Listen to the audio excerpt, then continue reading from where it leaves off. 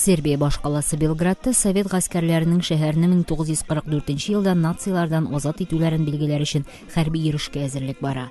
Рәсмиләр әйтүенә караганда, бу соңгы 10 елда күз алдына чыгарылган иң күп хәрби машина булачак.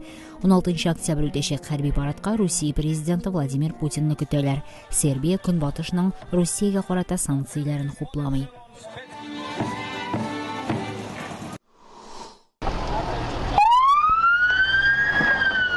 Әфган баш каласы Кабулда НАТО машиналарына интихарчы һөҗүм итте.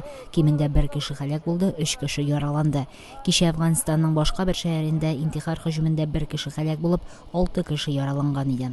Әфган рәсмиләре НАТО һөҗүмендә дә тыныч халык үлә дип белдерә. Соңгы шундый һөҗүмнәрнең берсендә 7 кеше һәлак булды.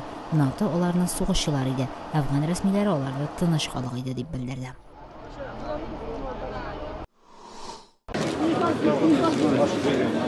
Босния баш каласы Сараевода боснякларның СДА фиркасы 12 октябрь сайлауында җиңүне бәйрәм итте.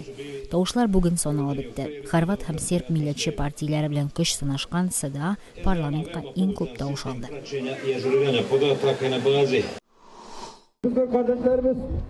Казанда милли мәдәни үзәк янында хәтер көне үтте. Чыгыш ясаучылар милли проблемаларны күтәрде. Соңгы вакытта иҗтимагый үзәк вәкилләрен эзәрлекләүләр, аларны мәхкәмәләргә җәлеп итү, штрафларга тарту турында сөйләде.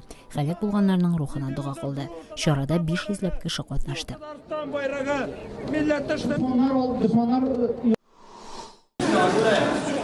Казакстан баш каласы Астанада дәүләт ярдәмендә арзанга торак алу программында катнашырга теләүчеләр иртә таңнан чират тора.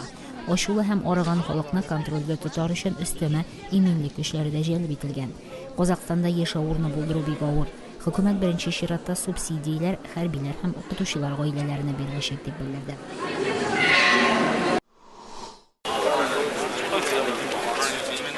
Грузиянең Гори шәһәрендә премьер-министр Иракли Гарибашвили гадәти булмаган бер футбол уенында катнашты. 12 октябрь көнне биредә гөрҗиләр осетиннарга каршы уйнады. Футболчыларның кайберләре Көньяк Осетиядән килгән иде. Уенны Грузия оештырды. Премьер-министр матчның беренче яртысында гөрҗиләр, икенче яртысында осетиннар өчен уйнады.